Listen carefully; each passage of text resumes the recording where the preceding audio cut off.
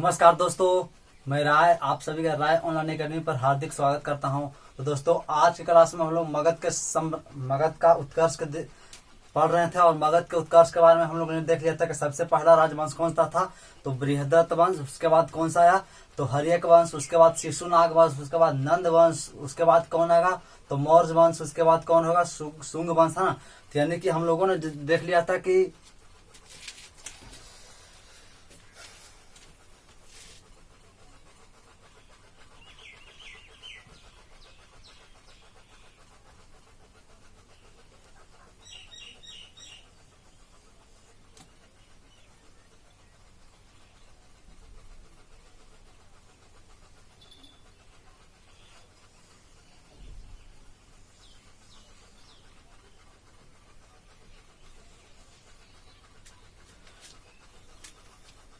हम लोगों ने देखा था कि यहाँ पर मगध का पूरा विस्तार था है ना।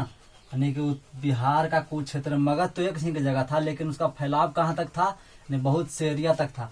तो मगध के हम लोग देख लिया था, पहला राजवंश था। उसके बाद हम लोगों ने पिछले क्लास में शिशुनाग वंश तक पढ़ लिया था है ना। शिशुनाग यानी कि शिशुनाग वंश के संस्थापक कौन था और शिशुनाग वंश के अंतिम शासक कौन था तो नंदीवर्धन।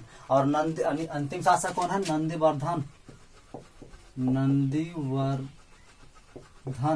और नंदीवर्धन की हत्या कौन किया तो महापद्म नंद है ना। तो इसी को आज हम लोग स्टार्ट करेंगे। यानी इसके बाद आपका कौन सा होगा नंद वंश। यानी आपको बता दिए थे कि मगध में कौन सा है बृहदत्त वंश के बाद हसीन, यानी ह से हर्यक, सी से शिशुनाग तक हम लोग पढ़ लिए थे, और न से मतलब नंद वंश। तो आज हम लोग नंद वंश को क्लियर करेंगे है ना। सबसे पहले देखिए, तुम हर्षवर्धन के बारे में कहा था कि हर्षवर्धन के यहाँ एक व्यक्ति था, यानी महापद्म नंद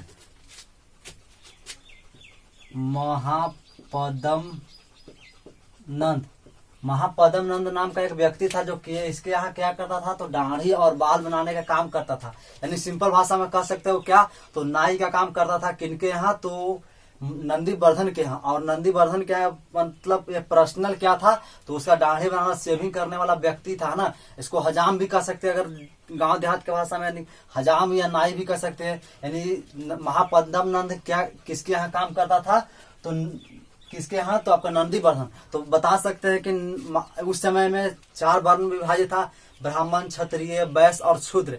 तो दाढ़ी बनाने वाला काम क्या क्षत्रिय कर सकता है नहीं, वो जब भी कर सकता है तो शूद्र ही, क्योंकि उस पर कर्म के आधार पर है ना जाति तय नहीं होती थी, उस जन्म के आधार पर। तो ये बताइए अगर जन्म अगर ब्राह्मण में होता तो क्या दाढ़ी बनाता राजा का नहीं, क्षत्रिय में होता तो नहीं बनाता, और वैश्य में भी होता तो नहीं बनाता। लेकिन इस दाढ़ी बना रहा है, इसका अर्थ क्या आप समझ सकते हैं कि इसका जन्म शूद्र परिवार यानी शूद्र जाति में हुआ होगा है ना, तभी ये दाढ़ी बनाने का काम कर रहा है। तो इसके बारे में नंदीवर्धन के बारे में कहा जाता है कि नंदीवर्धन के काफी खूबसूरत पत्नी थी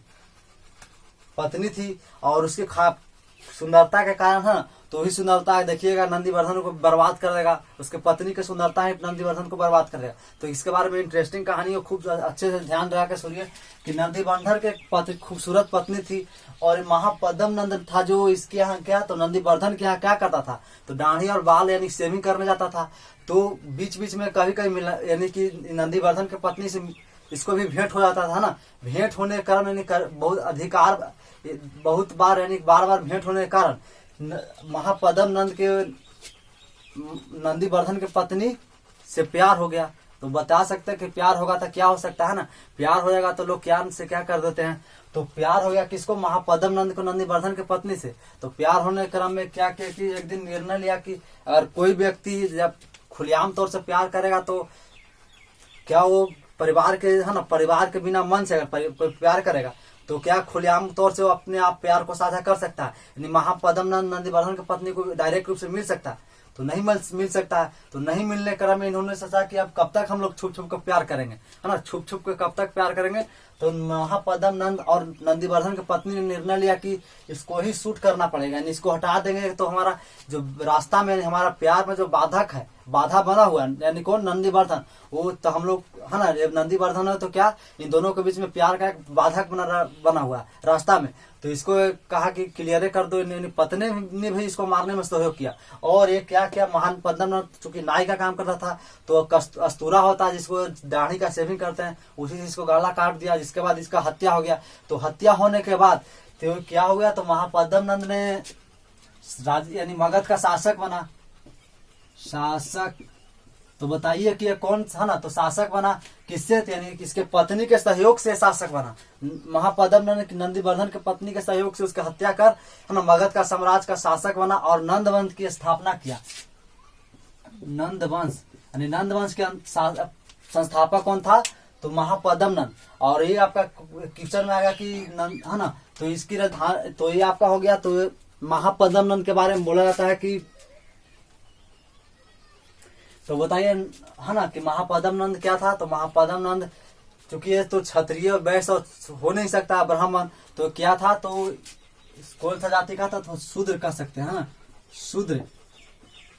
तो ये पहला राजा है जो गैर क्षत्रिय है, गैर क्षत्रिय। यानी इसके पहले जो राजा आप देख रहे थे, बृहदत्त वंश, हर्यक वंश, शिशुनाग वंश, इन सभी के जो राजा बना वो कौन सा वंश से था, तो कौन सा जाति से था, तो क्षत्रिय जाति था। लेकिन मगध का पहला शासक गैर क्षत्रिय कौन है, तो महापद्मनंद, यानी ये क्षत्रिय नहीं है ना।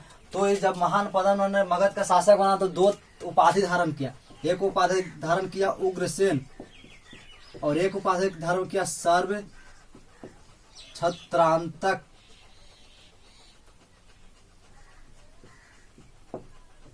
सर्व छत्रांतक उग्रसेन के, तो आपके मन में होगा कि सर उग्रसेन और सर्व छत्रांतक क्या है। तो उग्रसेन का अर्थ होता भारी भरकम सेना का स्वामी, यानी बहुत ज्यादा सैनिक को रखने वाला। और उग्र सर्व छत्रांतक का हुआ कि सभी क्षत्रियों को नाश करने वाला, यानी सर्व छत्रांतक का अर्थ क्या हुआ, सभी क्षत्रियों को नाश करने वाला। यहाँ देखिए उसके बाद इसका अंतिम शासक है नंद वंश का, आपका कौन था, धनानंद है ना, धनानंद। और तो नंद वंश का अंतिम शासक कौन था, धनानंद के बारे में बोला था कि 64 प्रकार के है ना कर व्यवस्था को अपने प्रजा पर लागू कर दिया था। यानी धनानंद क्या था, तो अपने प्रजा पर 64 प्रकार के कर को लागू कर दिया था। और इसी 64 प्रकार के कर को लागू करने क्रम में जो धनानंद की प्रजा थी वो इससे काफी नाखुश थी। नाखुश का हर कोई चाहता है कि हमें अच्छे सुविधा मिले। अगर आप यानी धनानंद के समय अगर आप कुछ भी काम करते हैं तो उसके लिए आपको टैक्स देना ही देना है, यानी धनानंद को टैक्स देना है।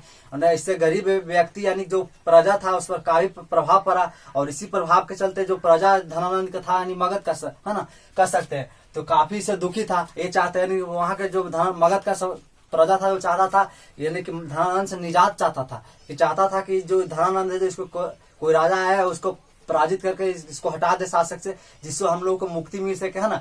इसके काफी क्रूर इसका व्यवहार कर सकते हैं। 64 प्रकार के कर प्रणाली को लागू करना है, मतलब समझिए कि जनता को चूस ही दिया, खून को चूस दिया था प्रजा को है ना। कौन, तो धनानंद। तो इससे जनता काफी त्रस्त थी।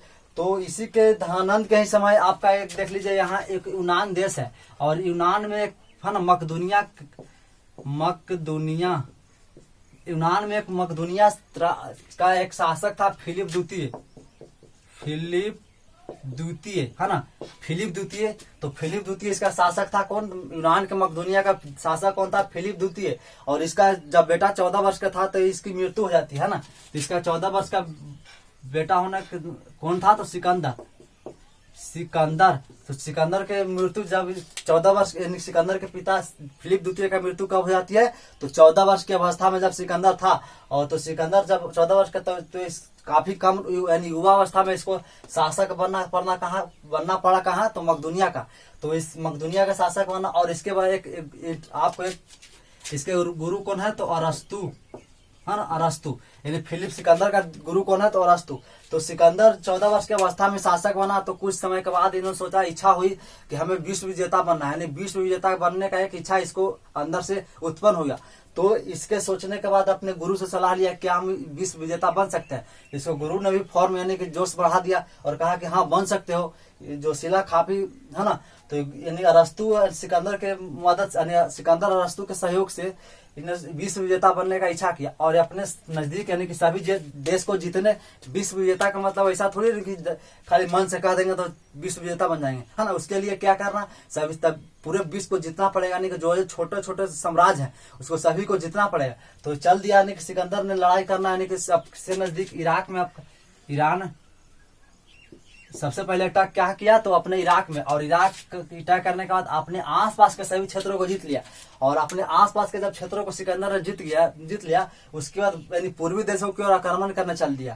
यानी कहा तो भारत कह सकते हैं, तो पूर्वी देशों की ओर आक्रमण करने चल दिया। तो ईरान ने आपका जीत लिया, उसके बाद अफगानिस्तान का भी, अफगानिस्तान के छोटे छोटे साम्राज्य जो बिखरा हुआ था उसको भी जीत लिया, है ना। उसके बाद सिकंदर का 2 ही स्टेप था, यदि आपको लड़ो या झुको, है ना। अगर आप लड़ते हो तो हमसे लड़ाई करके जीत जाएगा तो फिर अलग बात है। अगर झुकना है तो झुकेगा तुम, यानी हमारे अधीनता को स्वीकार करेगा तो तुम्हें साम्राज्य, तो यानी जो तुम्हारा साम्राज्य है उसको तुमको लौटा देंगे पूरा, यानी जितना तुम्हारा साम्राज्य है पूर्णतः लौटा देंगे, तुम्हें कोई क्षति नहीं होगी यदि हमारा अधीनता स्वीकार करेगा। तो बहुत से राजा ने अधीनता ही स्वीकार किया, बहुत से कम राजा था जो इसे यानी सिकंदर से, चूंकि काफी बड़ा साम्राज्य का विस्तार कर चुका था और विश्व विजेता के बनने से इच्छा, यानी लोग इसके नाम ही से डर जाता था, यानी छोटे छोटे साम्राज्य के जो शासक था इसको सिकंदर का नाम ही सुनकर ही डर जाता था। यानी कि बहुत से राजा ने इसका अधीनता स्वीकार किया। तो ये अफगानिस्तान के बहुत से राजा ने अधीनता स्वीकार किया। पाकिस्तान के राजा है कौन, गंधार का राजा है, गंधार का राजा आमभी है ना। पाकिस्तान आमभी ने भी अधीनता स्वीकार किया, किसका, सिकंदर ने। यानी जो उस समय पाकिस्तान ही भारत का ही क्षेत्र था, तो यानी कि भारत के यानी सिकंदर है ना जो भारत में सबसे पहले आक्रमण शुरू कर दिया।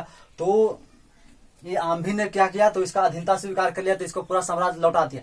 और आमभी चूंकि अगर किसी भी चीज को जीतना है तो सबसे पहले उसके अंदर जो खूबियां है उसको निकालना है, यानी एक तरह से भविष्य कर सकते हैं। लंका को ढहाने में भविष्य का ही योगदान था। तो यानी कि ये आपका भारत को जिताने में किसका योगदान रहेगा तो आमभी का, क्योंकि इसके अंदर अधीनता स्वीकार कर लिया और जो सिकंदर कहेगा वो ये बात मानेगा, यानी सारे बातें को बता देगा कि कौन सा साम्राज्य कहाँ स्थित है, यानी कि इसका राजा मजबूत है या कमजोर है।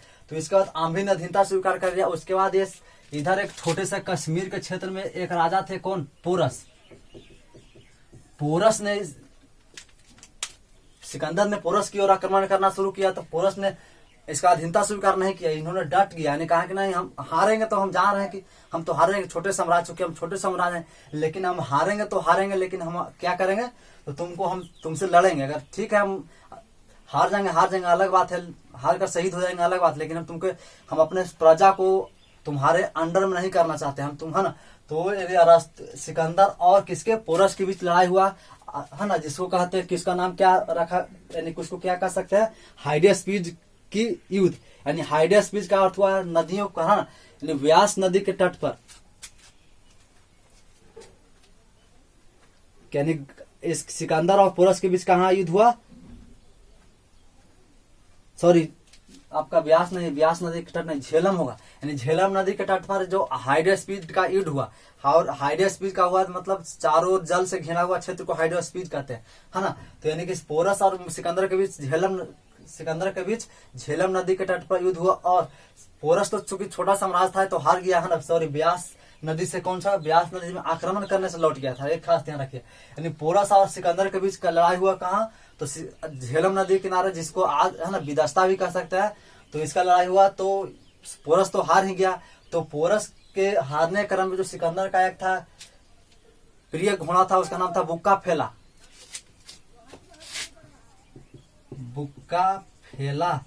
है ना, इसकी मृत्यु हो जाती है। तो बुक्का फेला की मृत्यु हो जाती है सिकंदर के पोरस के बीच लड़ाई के समय ही।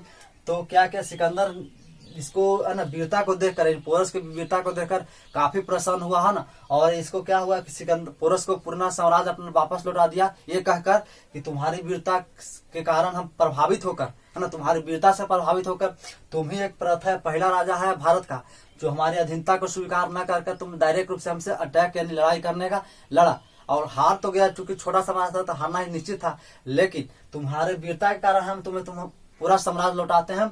और 2 काम करना, एक काम हमारा जो प्रिय घोड़ा है बुक्का फेला, तो एक यही मर गया है, तो इसको इसके नाम पर एक शहर का स्थापित करो। तो ये बुक्का फेला है, आज भी आपको मिलेगा कश्मीर में बुक्का फेला। और एक विजय की स्मृति यानी विजय स्मृति पर एक निकाइया का प्रयोग करो, निकाइया शहर का स्थापना करो। विजय किए हैं यानी कि हम विजय किए हैं, तो इसका भी तो एक प्रमाण रहना चाहिए। यानी विजय स्मृति में किसका स्थापना करो शहर का, तो निकाइया शहर का। यानी 2 शहर का निर्माण करो, एक बुक्का फेला और एक निकाइया शहर। तो ये हो गया। उसके बाद जब पोरस के सैनिक है ना, पोरस के और सिकंदर के बीच लड़ाई हुआ, तो पोरस सिकंदर का सैनिक